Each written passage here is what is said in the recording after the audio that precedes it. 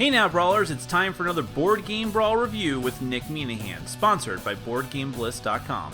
Hey folks, today we're going to take a look at Besieged, Sons of the Abyss from Cool Mini or Not. Now, Besieged funded well over a year ago, I think, at this point, and it's kind of flew under the radar for Cool Mini or Not. It made quite a lot of money, but nevertheless, I think it was overshadowed by Zombicide Black Plague and also Blood Rage, which was an unexpected sort of smash hit. It had a lot of interested people talking about it, and Besieged was just going to sort of slowly eked its way out onto the market, but a lot of us were very excited for it. Basically, it's a tower defense game with a very heavy fantasy theme on top of it. You and the other players are these different warriors who are trying to protect a citadel, which consists of like the castle, but also all these different shops and markets and all these different things, as they're being literally besieged. And by the way, let's take a moment to talk about how dumb the name is, because it was just not edgy enough to include an E instead of a dash or a dot or whatever that's supposed to be.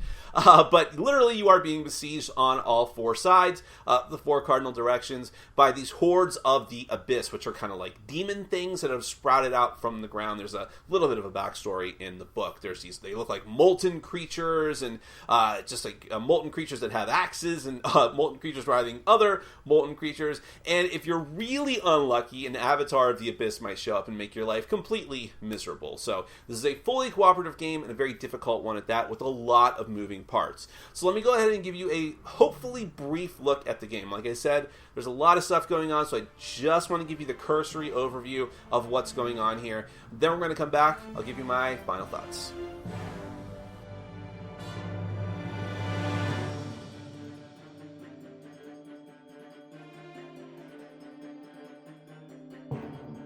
Besieged, Sons of the Abyss is a cooperative game for 1 to 6 players. It's a tower defense game where the heroes are trying to defend a citadel from incoming waves of monsters from all 4 directions. The goal of the game is for all players to make sure the messenger token leaves the citadel and comes back before the end of round 12.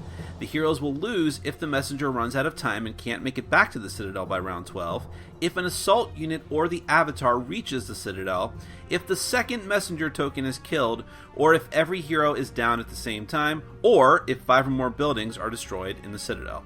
So there's lots of ways to lose. Every player starts with a hero, which includes a miniature, colored base, and sheet to keep track of the 3 main stats: gold, food, and morale. You'll also keep resource cards here, and every hero has a unique ability, like combat dice in certain situations, or bonus resources each round. There are 5 large tiles in the game. The center tile is the citadel, which has 8 buildings and a central catapult, all surrounded by walls. Attached to this are 4 double-sided enemy fields. One side of each tile has more spawning points than the other side for a more difficult game. There will be 3 random enemy cards placed at the bottom of each field each season, and this will determine what type of enemies march on the citadel. There are 12 rounds in the game, split into 4 seasons at 3 rounds each. The first thing you do every round is setup. After the first round, you'll need to advance the round counter by 1, then draw an event card to replace the last one. Events throw chaos into the mix. They could be good, like giving the heroes dice bonuses or preventing the hordes from attacking, or they could be bad, like subtracting from the heroes' dice or damaging buildings in the citadel. Next is the messenger. On the first round of the game, the heroes choose an enemy field and place his token in zone 1. On subsequent rounds, if there are no enemies in his space or the next space, he will advance 1 space towards the edge of the board. Otherwise, he stays put, and if there is even 1 enemy in his zone at the start of the enemy's phase, they attack and kill him. A new messenger will have to be placed, but if that second one dies, it's game over. If the messenger manages to depart successfully, on the next round you'll draw one of the 4 compass cards randomly, and that will tell you where the returning messenger will appear, complete with pursuing enemy units. He will now advance back to the citadel in the same way. He must return to the citadel, and the heroes must live through that round in order to win the game. The last setup you need to do every round is enemy spawning. All 4 fields have to have the spawning die rolled for them. The symbol on the die matches one of the card slots, and the season dictates how many of that enemy are placed in the spawn zone. If an enemy says that it has an elite version, one of those must be placed with the squad. If you run out of minis of a particular type, they are replaced with a unit of the next step up. If the same spawning symbol gets rolled 3 times in a row, a disruption occurs and the avatar is released. It's an incredibly dangerous enemy with 10 hit points that ignores the heroes on the citadel walls and can breach them with ease. Next is the hero phase. Starting with the first player, each hero will take 3 actions and you have several options. First, you can attack from the walls. You place your hero on one of the walls, pick a zone with enemies in it, and roll a red die, though advanced weapons and other resources can increase the number of dice you roll. Each zone requires a different number to hit, getting more difficult the further out you go. 4 or more, 5 or more, or 6 or more on the dice, respectively. Then, if you hit, check the resistance. If the hero's strength meets or beats the enemy resistance, the unit is destroyed. Otherwise, it ignores it completely. Second, heroes can repair damaged buildings. Damaged buildings can't be used, and if they take another hit, they're utterly destroyed and can only be repaired through extraordinary means. But a hero can repair a damaged building just by spending 2 gold in an action, which also nets them 2 morale. While a hero is on a building, they will also take the hits for the building. Reinforcement tokens also do the same thing. Third, heroes can gain resources from the buildings for an action, but only once per turn per building, and each building can only hold 1 hero. Simply put your figure there and do as it says.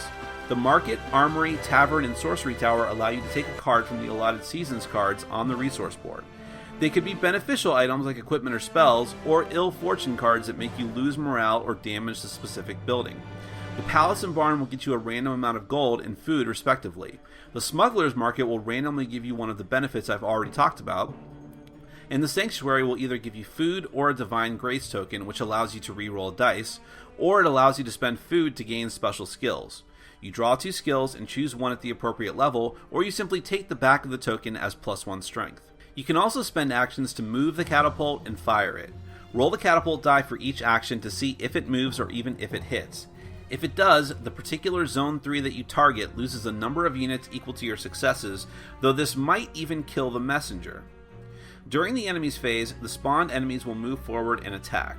The icons on the fields will remind you of how certain enemies attack and march. First, resolve any resource cards like spells that heroes have placed in the field. Second, any enemies which are already in attack position will attack and automatically hit. If a hero is on the wall, they will take the damage, but otherwise, buildings will get damaged.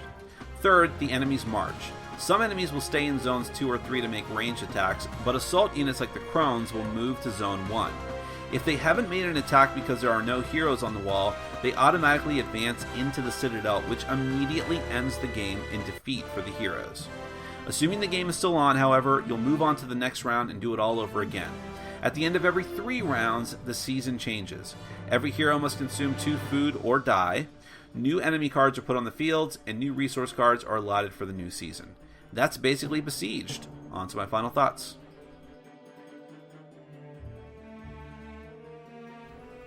Well, it's very interesting with Besieged because it's kind of had, I don't know if controversy is the right word, but it's been very polarizing for a lot of people. And I think, to be fair, some other games from Call Me or Not have been that way, but lately it seems to be people are just jumping on the bandwagon, whereas Besieged came out, some people didn't quite know what to make of it, while some people vehemently defended it. And here's where I'll fall on this. And I do think it's a bit unfair sometimes to always compare one game to other games. I mean, the game should be held up on its own merit, right? But nevertheless, I think that when I was playing this game, the 2 games that popped out the most to me were Alien Uprising, a game from Mr. V Games from a couple of years ago, and Ghost Stories, which has been out for quite some time and is a perennial favorite of mine that's no secret. Whereas Alien Uprising is the exact opposite. It was a game I really did not care for very much. But all 3 of these games are tower defense games, and very difficult ones at that, but with very different themes, obviously. And I think that Besiege is going to fall down in the middle of these 2 games for me. Ghost Stories being amazing, and also relatively light. I mean, once you get through the horrible rulebook of Ghost Stories, it's actually very easy to learn, very easy to get into, and the gameplay is very simple from turn to turn, which I think are all to that game's benefit. The game is difficult enough without you having to worry about whether or not you're getting rules right. Whereas Alien Uprising is on the other spectrum of that, where it also had a terrible rulebook, and while it's not overly complicated, there's so much minutia of putting out creatures. You're constantly fiddlingly trying to put things out, and it was just incredibly annoying without any kind of payoff. Besieged is not a game that I enjoyed all that much, but I do think it's leagues better than Alien Uprising, but not quite as good as Ghost Stories because it has the same problem of Uprising, which is to say that there's a lot of moving parts in this game. It's very long. It's quite a bit, I would say, drawn out in some instances. Things could definitely be cut out and streamlined to make it an easier process and an easier game to get into. And because it is so difficult, even at some of the easiest settings, and you put so much time and effort into it, it feels like the payoff isn't quite where I want it to be. If I can compare it to another game and say Eldritch Horror, where Eldritch Horror can be amazingly difficult at times, but it still feels like the journey is worth it. I'm not entirely sure about Besieged. But let's stop talking about other games. Let's talk about this game, and we'll break it down from the beginning. Components. It's amazing. I mean, it's Cool Mini or Not, so the actual physical components, the quality of the miniatures, the quality of the boards, the artwork on the boards and the map is all good quality. I like it. I can't really complain. I can complain a little bit from a purely subjective standpoint about the artwork on the characters in the actual, not the quality of the enemy miniatures, but the artwork for those that those miniatures are based on as well. The heroes have this weird thing with their eyes and their bodies. They went for some sort of style that was not realistic looking style, but not like totally goofy, like say anime style. Instead, it's somewhere of a mix between the two, where like the body proportions are all over the place and their eyes look really weird, and it's just very off-putting. I tried my best not to look at the artwork whenever possible. Let me also say that, as I mentioned in the overview, I have this big Kickstarter edition with tons of extra characters and stuff, so I saw a lot more of this than maybe you will if you play the retail version. So all the artwork's bad, though. Not horrendously bad, not old Ascension style bad, but pretty bad. And the monsters are all like the Abyss monsters. I'll talk about the expansion in a separate review. But the Abyss monsters are like these weird amorphous types of things. I guess they're supposed to be demons, like they're coming from the Abyss, but they just look like lava monsters, but they don't really have attacks like lava monsters. It's a weird thing. So I'm not a huge fan of those designs. But nevertheless, I can't complain about the quality, the physical quality of any of these components. Let's talk about those rules. That has been a big sticking point for this game with some of its critics. And for good reason. Just trying to get through this game, which I tried to do before an FAQ was put out from the designers.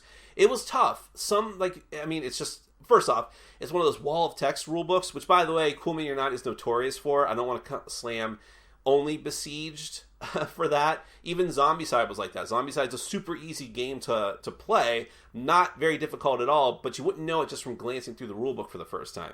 And Besieged is the same way. There's a lot of information that just gets repeated over and over again, but there's important information that should be in one spot that you really should have in another spot too, but they don't do that. It's just odd. On top of which, some very basic questions are just assumed. So for instance, one of them is that you have the different resource decks for the different areas in the Citadel. But then you have the season resources, which is like, okay, here's the cards that you draw based on the number of players, or based on the number of heroes, I should say, that you have access to for this season. But it never says that explicitly in the rulebook, that when you draw cards, unless it says otherwise, it's from those particular allotment of cards that you set aside. It makes total sense that it's that way, but it's not there in the rulebook. So I had to check. Even though I was 99% sure, I had to check online, and I found little things like that cropping up all the time, just as an example. So when they put out the FAQ, it did help a lot. Not that I think it fixes the game, but just be aware that you need to get that, essentially. Things like with the catapults, just things that needed to be explained. And I would come down heavy on Cool Mini or Not for that. I mean, I think at this point in time, there's enough games out there. They know there's, especially for a game like this that has so many little finicky rules and things, go over that rule book a billion times. You need to. And that hurt a lot of people's perceptions of the game who weren't willing to stick with it longer than trying to get through the rule book. So on to the gameplay. There's a lot that I like about this game. First off, I do love the theme. Fantasy theme works for me, even if I don't care for some of the artwork. The hordes of creatures coming after the Citadel. Same reason I like the theme of ghost stories of like Shaolin monks fighting off ghosts and things like that. I dig that theme. The central idea is solid. And also the idea, gameplay-wise, of the different heroes who all feel, well, that's part of the problem. The heroes don't feel that distinctly different from each other. They all have a different special ability, but sometimes it's just like, oh, I get a market card, you get a tavern card, that type of thing. But I at least like that you can, through the different types of items that you get, you can start to feel a little bit distinct from the other characters. And the idea of jumping around to all these different spots and trying to man the walls, That's all very neat in trying to fend off the different monsters. And there's a pretty decent variety of monsters among the Abyss creatures in the base retail game. Can't really complain about that too much. My problem with the game is how many tiny little details and finicky things you have to keep track of at all times. Manning the catapult, completely different thing with its own set of rules, and that's an interesting aspect, but that, again, I feel can be very, very simple. But it's not. You have to go there, and then you do one to move it, then one to attack with it. Then you have to roll the die, and if you roll something on the die, it gums up the works. But then you could still potentially use, it's just a whole thing. Then you go to each of the different spots on the board, and one thing about this game is that it's completely random. Everything is random, including when you go to a spot, like rolling the die to see how many resources you get. But why? Why does it have to be that complicated? Can't you just go to a spot and say, okay, I go here, I get some food? Because I don't think that the game is so easy in other aspects that if you made that easier and streamlined, that it would cripple the difficulty. No, I think you should say, hey, I want to go to the market and get some food, or I want to go to the armory and just take one of these weapon cards randomly.